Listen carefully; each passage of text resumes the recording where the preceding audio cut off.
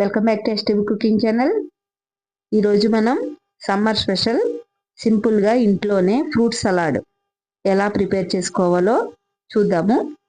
దీనికి కావలసిన ప్రాసెస్ చూద్దాం. ఇలా ఇంట్లోనే చేసి పెట్టడం వల్ల పిల్లలు కూడా ఇష్టంగా తింటారు.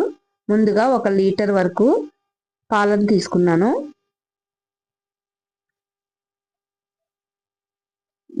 ఈ పాలలో వాటర్ అనేది కలపలేదు.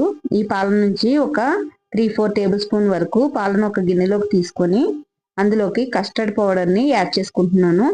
నేను లీటర్కి 4 టేబుల్ స్పూన్ వరకు పౌడర్ని యాడ్ చేశాను. కస్టర్డ్ పౌడర్ని ఈ కస్టర్డ్ పౌడర్ పాలలో యాడ్ చేసిన తర్వాత ఉండలు అనేవి లేకుండా మొత్తాన్ని నీట్గా కలుపుకోవాలి.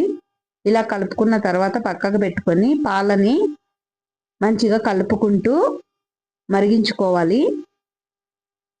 ఇలా పొంగొచ్చేటప్పుడు ఆ మేగడని మొత్తాన్ని పాలల్లోకి అనుకుంటూ పాలని దగ్గర పడేంత వరకు కూడా మనం మంచిగా మరగనివ్వాలి.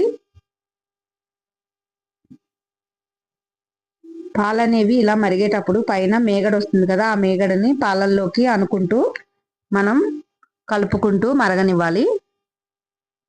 ఇలా మరిగిన తరువాత ఇందులోకి చక్కెరని యాడ్ చేద్దాము. నేను ఒక 4 టేబుల్ స్పూన్ వరకు చక్కెరని యాడ్ చేసుకున్నాను. మనం తినే స్వీట్ని బట్టి చక్కెర అనేది యాడ్ చేసుకోవాలి.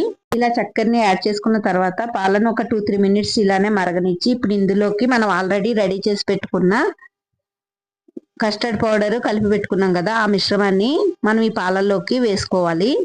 మనం ఎప్పుడైతే కస్టర్డ్ పౌడర్ కలిపిన మిశ్రమాన్ని మనం ఇందులోకి యాడ్ చేసామో మధ్య మధ్యలో కలుపుకుంటూ మనం కంటిన్యూస్గా ఈ ప్రాసెస్ని చేసుకోవాలి. లేదంటే అడుగు అనేది మాడిపోతుంది. మధ్య మధ్యలో కలుపుకుంటూ ఇది చిక్కబడేంత వరకు మనకు కావాల్సిన కన్సిస్టెన్సీ వచ్చేంత వరకు కూడా మనం ఈ పాలను మరగనివ్వాలి.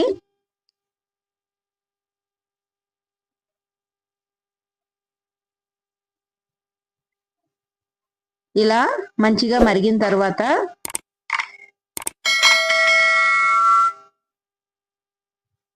మనం స్టవ్ ఆఫ్ చేసుకొని దీన్ని మొత్తాన్ని చల్లగా అయ్యేంత వరకు కూడా ఇలానే పక్కకు ఉంచుకోవాలి. ఈ పాలు అనేవి చల్లగా కాకుండా మనం ఫ్రూట్స్ని యాడ్ చేసుకోకూడదు.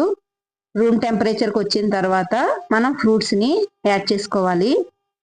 ఇలా మనకి పాలు అనేవి రూమ్ టెంపరేచర్కి వచ్చిన తర్వాత ఇప్పుడు ఇందులోకి మనకి ఇష్టమైన ఫ్రూట్స్ని అన్నిటినీ కూడా యాడ్ చేసుకోవాలి. గ్రేప్స్ అలానే యాపిల్ చిన్న చిన్నగా కట్ చేసుకున్నాను. గ్రేప్స్ని 2 బద్దలుగా చేసుకున్నాను. వీటిల్ని ఇందులోకి యాడ్ చేసుకోవాలి. అలానే అనార్, బనానా,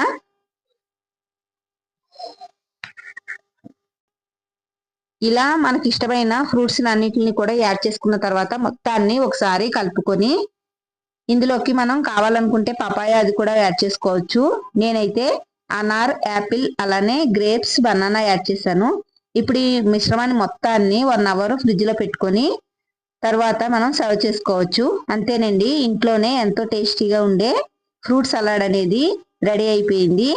మీకు కూడా రెసిపీ నచ్చినట్లయితే ట్రై చేయండి. ఎలా వచ్చిందో షేర్ చేయండి. Thanks for watching.